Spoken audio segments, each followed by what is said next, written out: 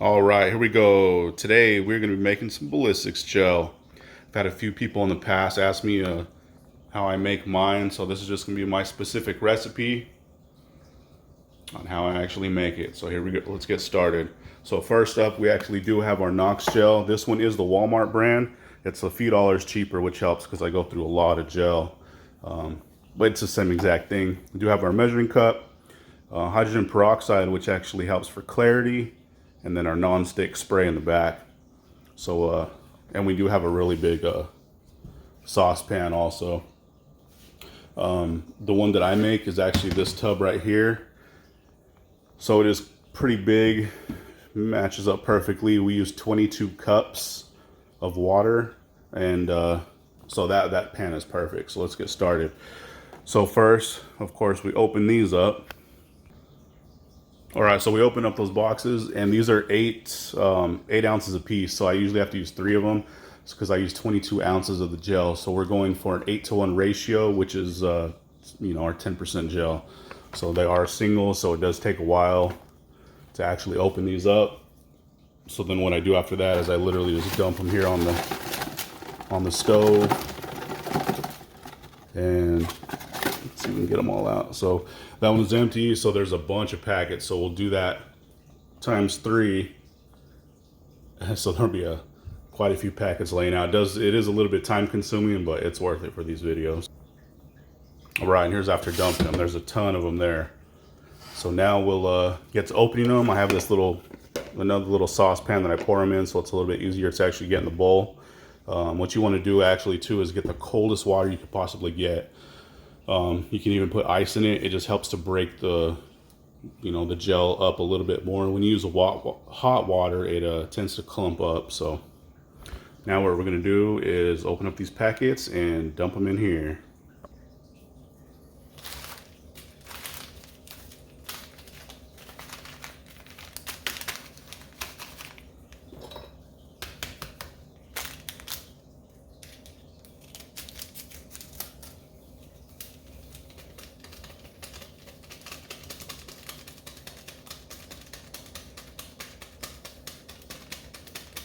So we'll do that times about 80. So it does take a little bit.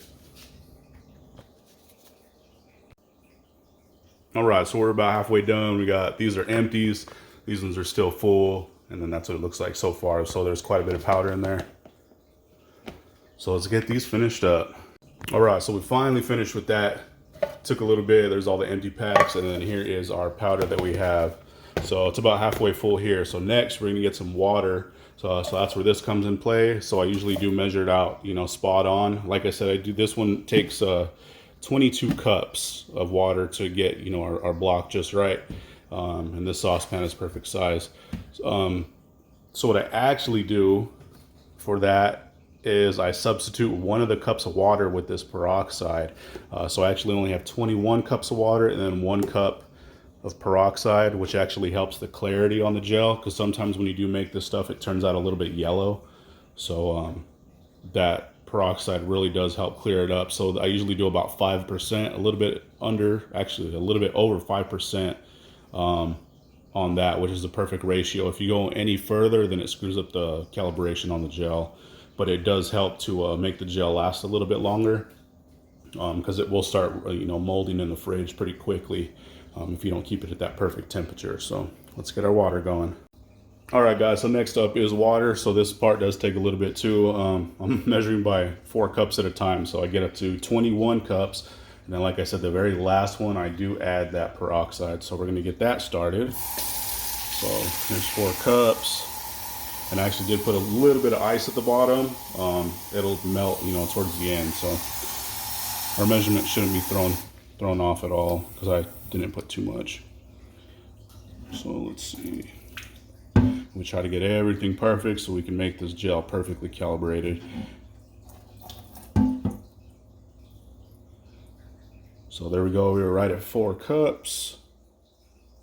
So we'll pour that in and just repeat that process a few times. All right, so we are at our 22 cups right now. So before the end, so we get a good mixture, what I'll do is I'll get this peroxide and I'll do 1 cup of that. So I'll do 1 cup, get it in there.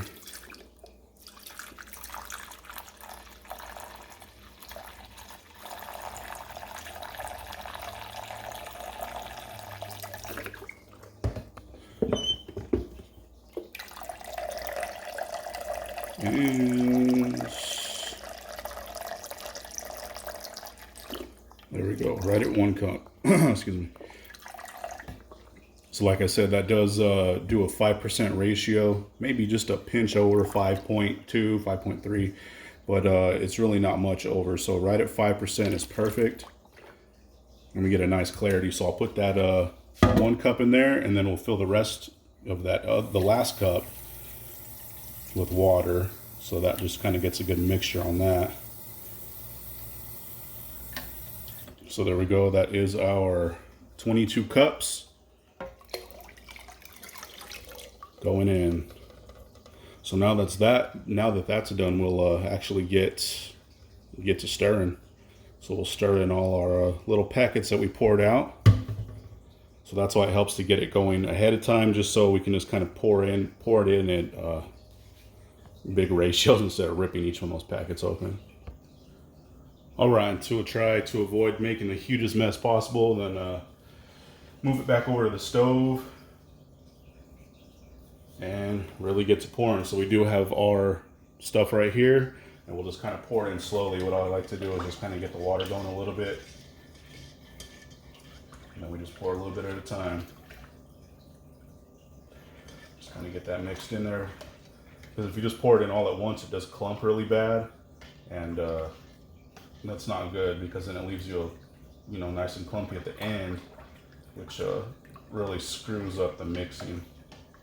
And then another thing, like I said, was try to use the coldest water possible, because if you use warm water, lukewarm or whatever, it will clump really bad, and those are really hard to break apart at the end.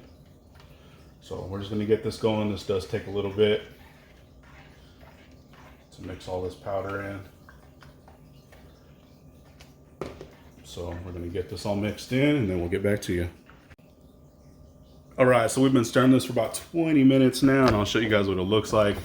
The texture is just a little bit different now. It's more like thick applesauce.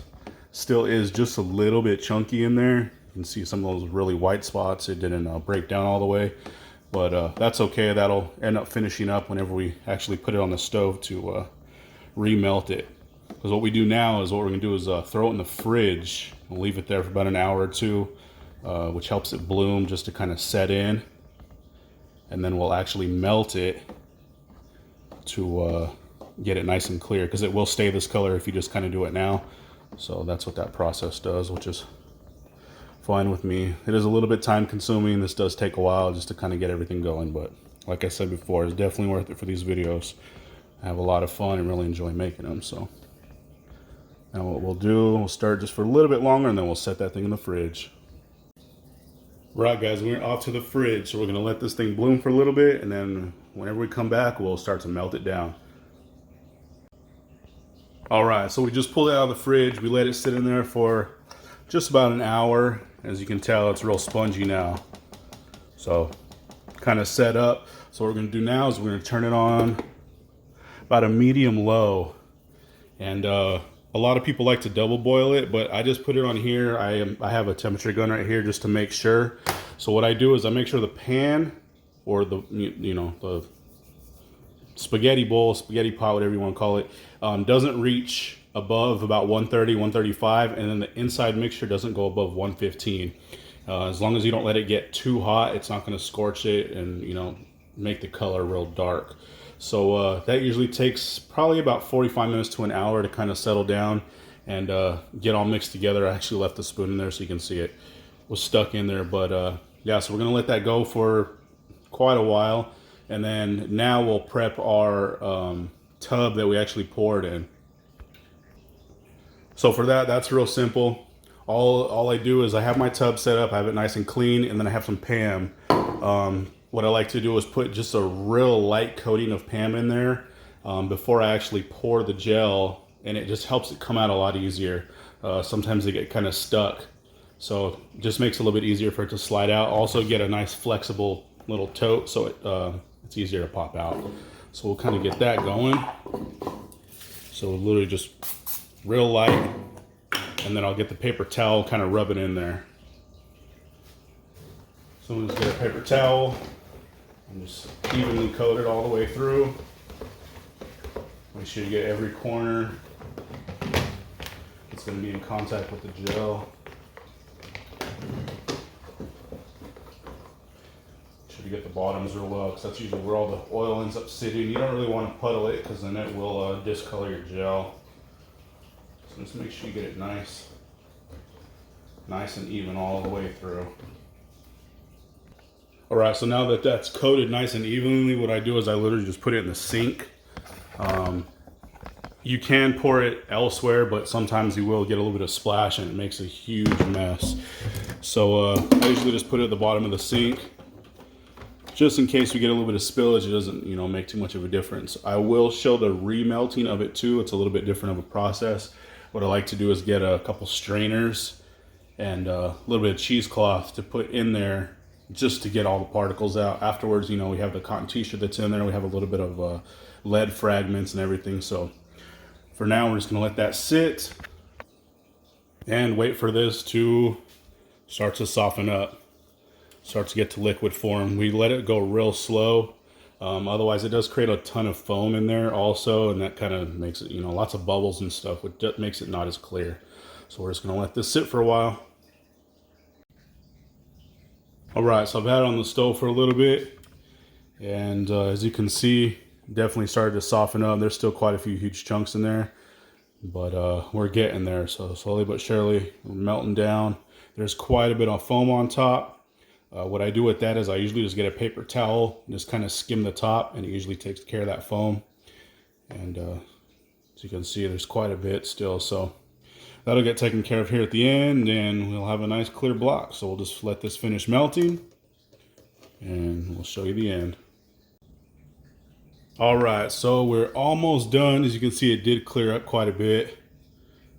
Oh, let's see, there we go. It did clear up quite a bit. There's still a little bit of foam in there, but not too bad. But like I said, I like to get it around 115. Let's see where we're at. It does look a little bit warm right there. Let's see. Earlier it was 114 right when I checked. So 115, 116, so that's like perfect. 114, pretty much perfect.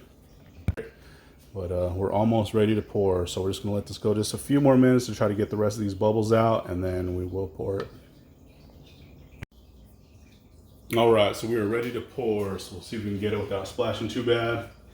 But it's about 115 still on the temperature. Normally, whenever I do remelt this, I have a couple filters right here just to kind of get all the debris out, but this one's brand new, freshly made, so it shouldn't have any type of debris in there.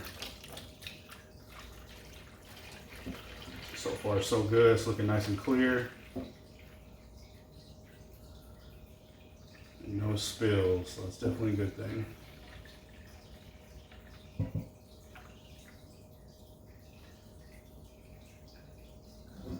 So this one is perfect. There is a little bit left over. I try not to fill it too much just because there is a lip on this container, and it does start to leak out.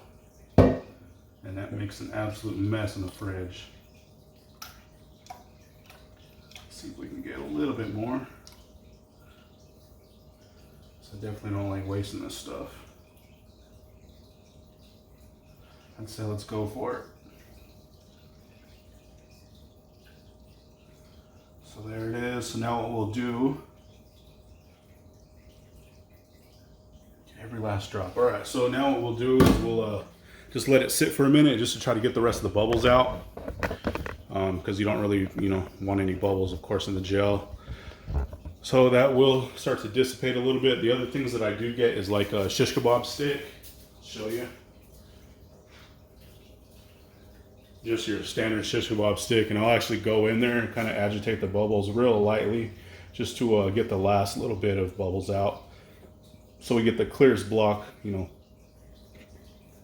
clearest block possible. So we'll let that sit for a minute and see if these bubbles disappear.